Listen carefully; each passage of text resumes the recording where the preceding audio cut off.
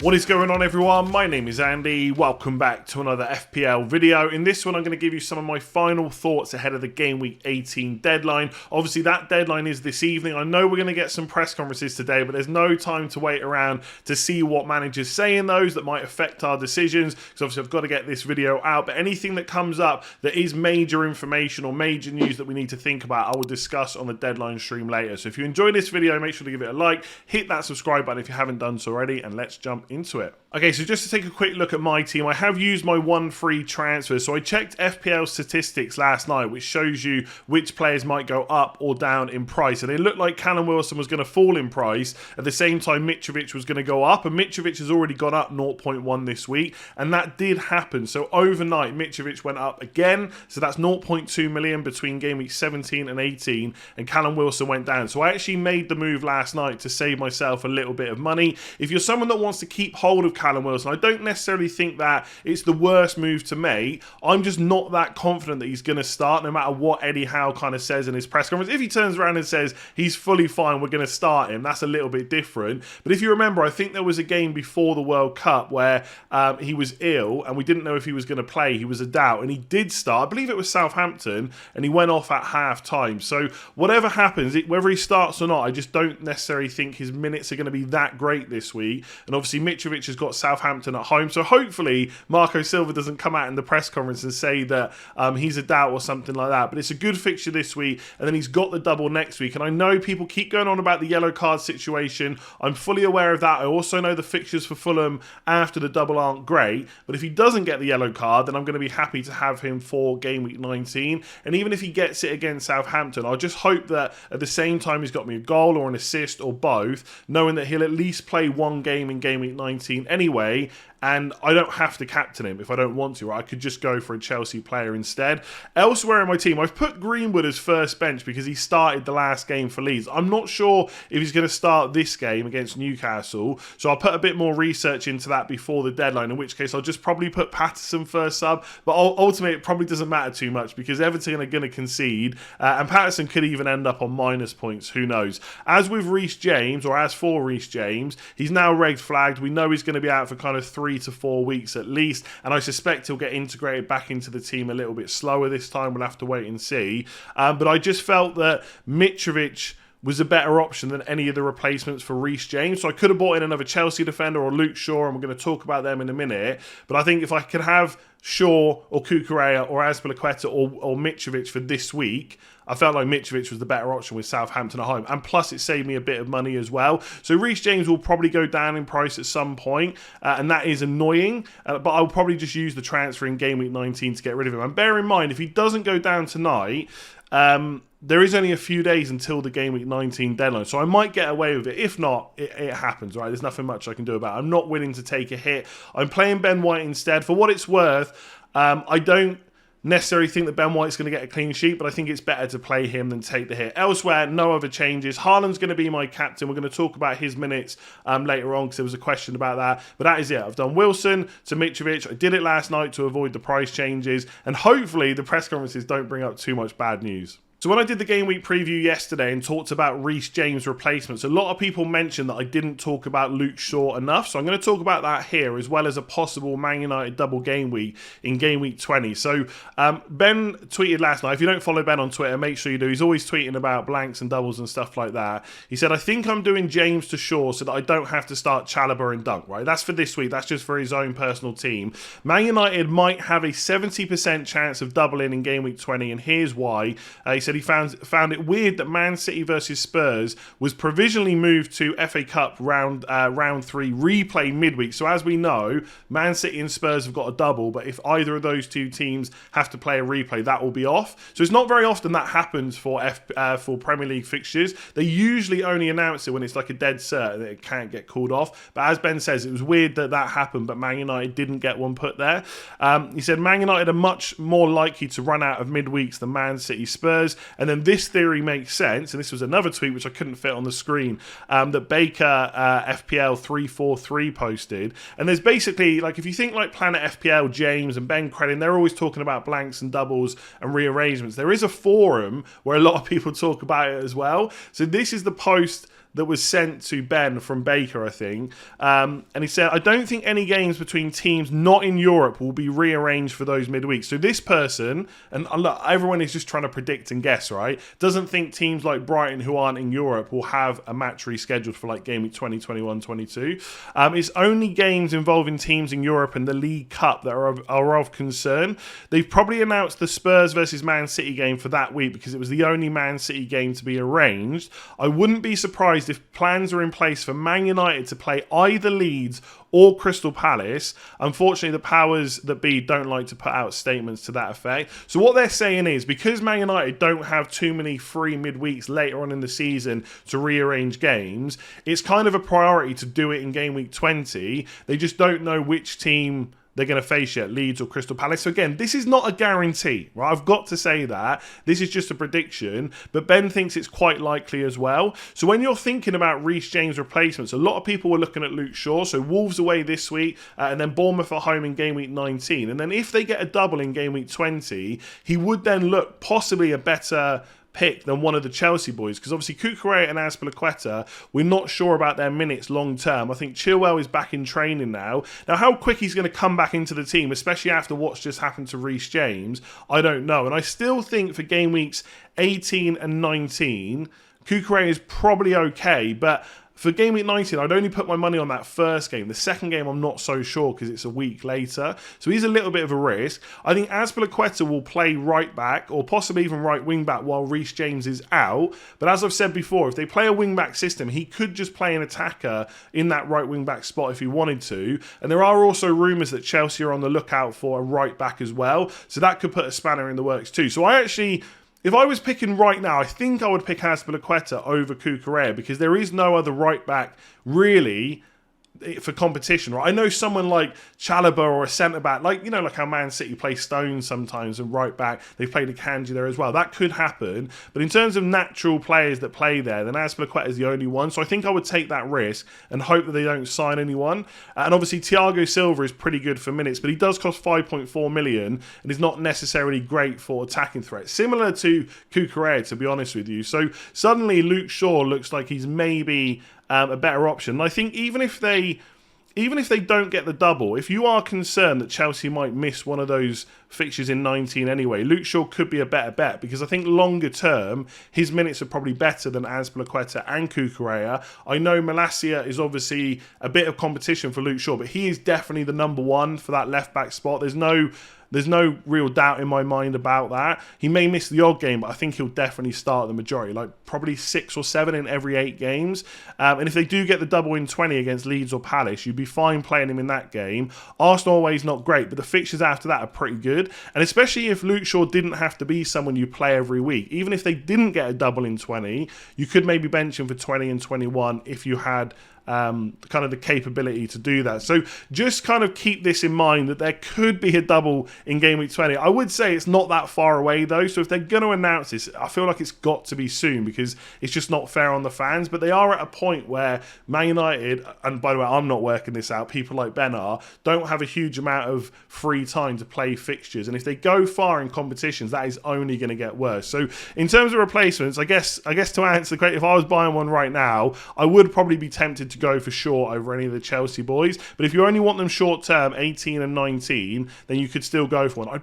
I think Azpilicueta just because he's cheap at 4.8 and like that seems like a nice enough price to bench him if I needed to. Alright, so this question essentially is saying, if you own Patterson or Bueno, is it viable to bring the other one in if you're trying to sell Reece James or you want to free up some funds? So let's say I already own Patterson. Could I also do James to Bueno and obviously have that really cheap bench? In this case, they would play Trippier, Cancelo and Ben White, which is my defence for this week, every week and free up funds ahead of the possible doubles. What I will say, just from kind of personal experience, right, and you've just seen my team, I talked for it a minute ago, on my bench for this week, I've got Greenwood, Patterson and James. Now, to be fair, if you're on a 3-4-3 and you've got Andreas Pereira as your first sub, you're probably in a little bit more of a comfortable position than I am because I just don't think that Greenwood's minutes are secure going forwards. So until I deal with Reece James, I've only really got Patterson on my bench.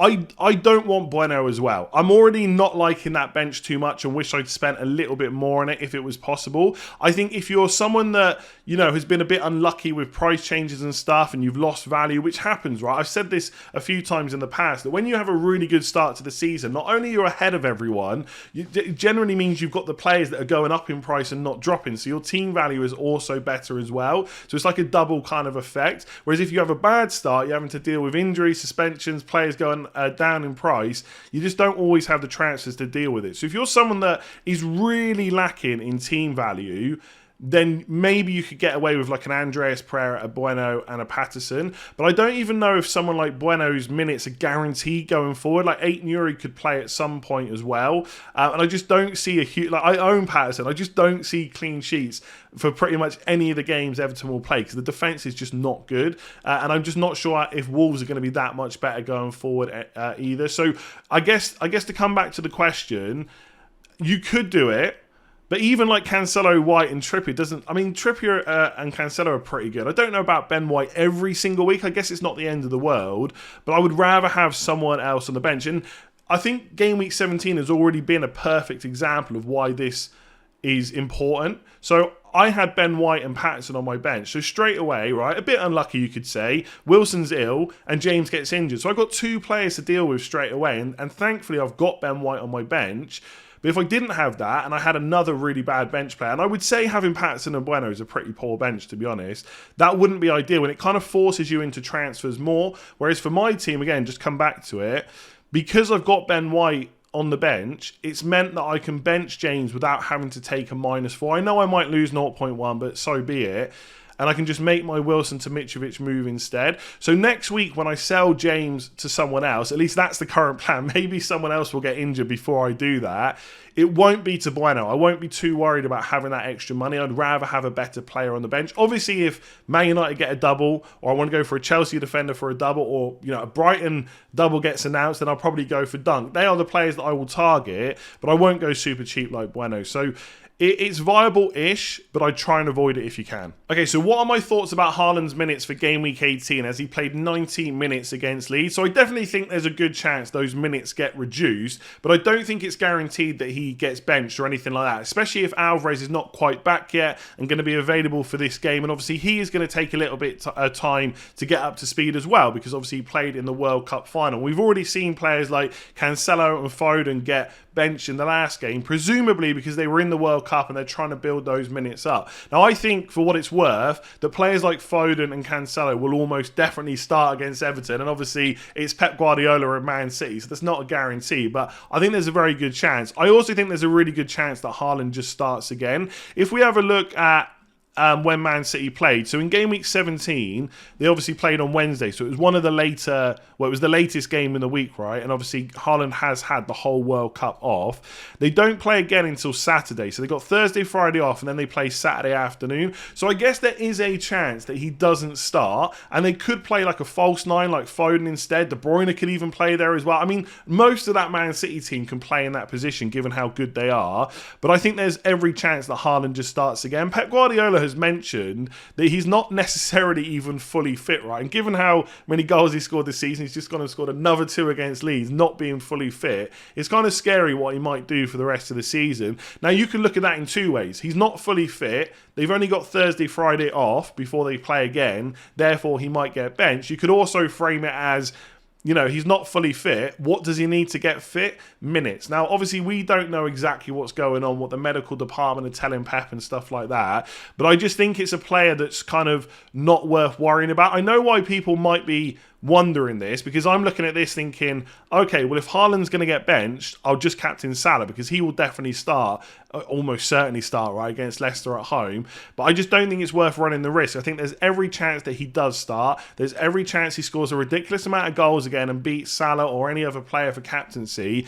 And the thing is, for me, maybe this isn't the most exciting way to think about it. Everyone else is going to captain him. His captaincy is going to be massive. If he gets benched, it's not going to be matter. It's not going to matter. I'll take the differential points from players like Salah and Mason Mount. Not that I'm going to captain Mount instead. Yes, of course, if Haaland gets benched and Salah gets a haul, I wish I would have captained him, but I just don't think I want to take that risk. So I think, you know, I always think of it like this. If you gave me 20 quid and I had to bet either way, I would put money on him starting. Not a huge amount necessarily, but I think it's more likely than him getting benched. But we know Man City, they can easily play pretty much any other player. I wouldn't even be surprised if Pep would be comfortable playing like, I don't know, a John Stones. No, maybe not John Stones, but you know what I mean. Foden's played there before. He only got a few minutes of the Leeds game. He's almost certainly going to start. Maybe he plays number 9, maybe he doesn't. I'm just going to captain Haaland either way. So I wouldn't usually answer a question about Game Week 19 captaincy in a Game Week 18 video, but it might play a part in what transfers you make this week. And obviously people have started to think about it. It's not that far away, and we do have a double game week, and most of us want to captain a double game week player,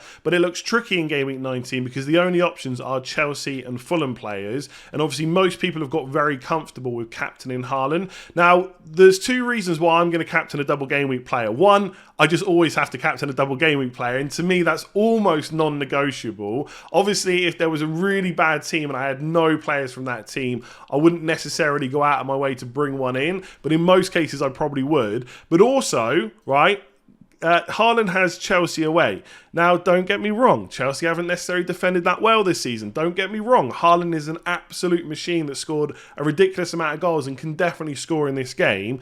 But I always think that if you're going to try and pick a game where he doesn't get a mega haul, this could be one of those games, having to go away to Stamford Bridge. So that, plus the double, kind of makes me think I'm comfortable enough to not go for Haaland. If you're really not sure about any Chelsea players, and you don't want to risk Mitrovic with a yellow card situation, because bearing in mind with Mitrovic, he either gets the yellow against Southampton, in which case he definitely misses Leicester, or he doesn't get the yellow against Southampton, but if he gets one against Leicester, he misses the Chelsea game, and therefore it's a single game week. So you're not going to know for sure. You might know for sure if he gets the yellow against Southampton, but even if he doesn't, you're not going to know for sure that he's going to get 2 games. So some people might not be comfortable there. If that's the case, I would just probably default to Haaland or maybe even Salah because he's got a slightly better fixture.